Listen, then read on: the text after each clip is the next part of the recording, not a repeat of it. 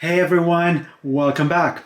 Unless you're buying a bike with an XX1 group set, more often than not, the cranks you're gonna get are gonna be something like this, SRAM X1. Are these cheaper carbons any good? Let's take a closer look. My first X1 crank was an aluminum 11-speed back in the days when X1 was the budget version for XX1 and X01. It was coming with a cassette, shifter, and derailleur, but to the frustration of many new MTB buyers these days, the X1 cranks come with a lot of X01 builds. In case of this bike, I guess I got lucky because this was a GX bike from the get-go, and it did come with the X1 carbon crank. Now, while the X1 is not a series or a group set for SRAM anymore, if you scroll down on this SRAM crankset offerings, you're gonna find this, the X1 carbon dub crankset, which is pretty much what I have, but you will also find this new design or new graphics for it.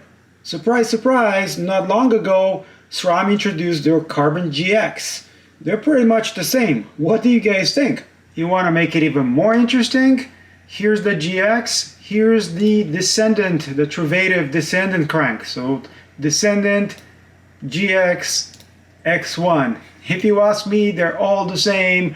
They all use the new dub spindle design and bottom brackets, and they do use the Eagle 12-speed chainrings because these are 12-speed compatible. Also, while X01 and XX1 come with this nicely sculpted aluminum chainring, this is a CNC ring, these cheaper cranksets come with a cold-forged aluminum chainring that should be a bit heavier if nothing else.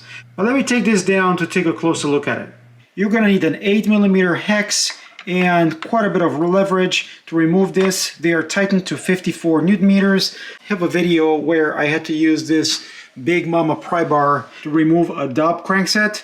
I will make sure to link it in the corner. And yes, I had to use that same pry bar to loosen this up. But here it is. Then just tap or push on the spindle to remove the left side crank. Dub bottom brackets have a seal right here that's supposed to be blue. Now it's covered in gunk. And on the drive side you also have a spacer. Just pull it out and clean everything nicely. I also cleaned up the cranks, and in the process, don't be afraid once you loosen up this preload adjuster, don't be afraid to unscrew it all together and clean this piece of plastic. And now you can also see the 3 T25 Torx bolts. So again, T25 Torx. Here's the last bolt. Here comes the chainring. And I assume you're dying to find the weight of these. This is a 170mm crank. The weight is 468 grams. If I add the chainring, that makes it 547. If I add the 3 bolts right here on top, here's your 552 grams. And guess what? That is the weight of all the other cranks that we found on their website. That is about 50 grams more than an X01 crank, and apparently the difference comes from the beefier spindle that they provide with these budget carbon cranks. As for the chainring, the CNC'd chainring is 68 grams, that's a 32 tooth. The cold forged one is 79. Or you can save an extra 10 grams if you were to use a fancier chainring like this oval from Absolute Black. Crazy thing is, using the same lighter Absolute Black chainring on a Shimano Hollowtech current generation, so 7100, this is 567 grams. Guys, this is 15 grams heavier than the cheaper SRAM carbon. So maybe that's why Shimano's not making carbon cranks. Here on the back, you're gonna see the color-coded arm length.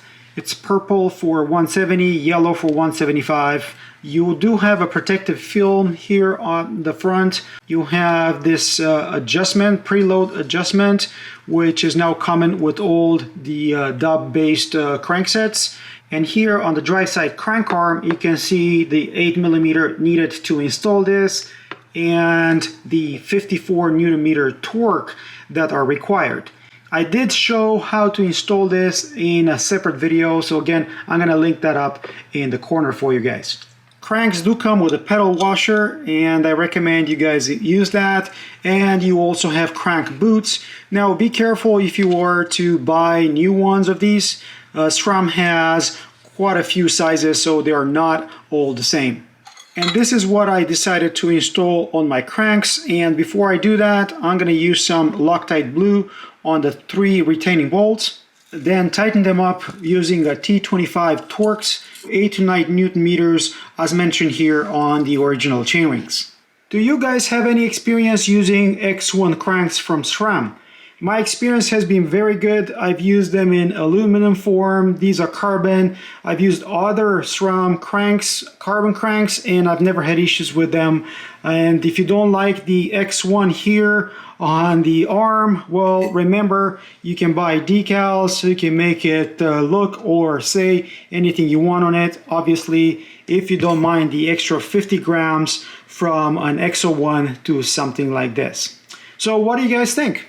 Good deal or not? Are you gonna be looking on Kijiji or online for fresh takeoffs of these? Let me know what you think in the comments below. I know for me, this would always be a viable alternative. If you found this useful, don't forget to like, subscribe, keep an eye on social media, and until next time, hope to see you folks on the trails. Cheers, guys. Cheers.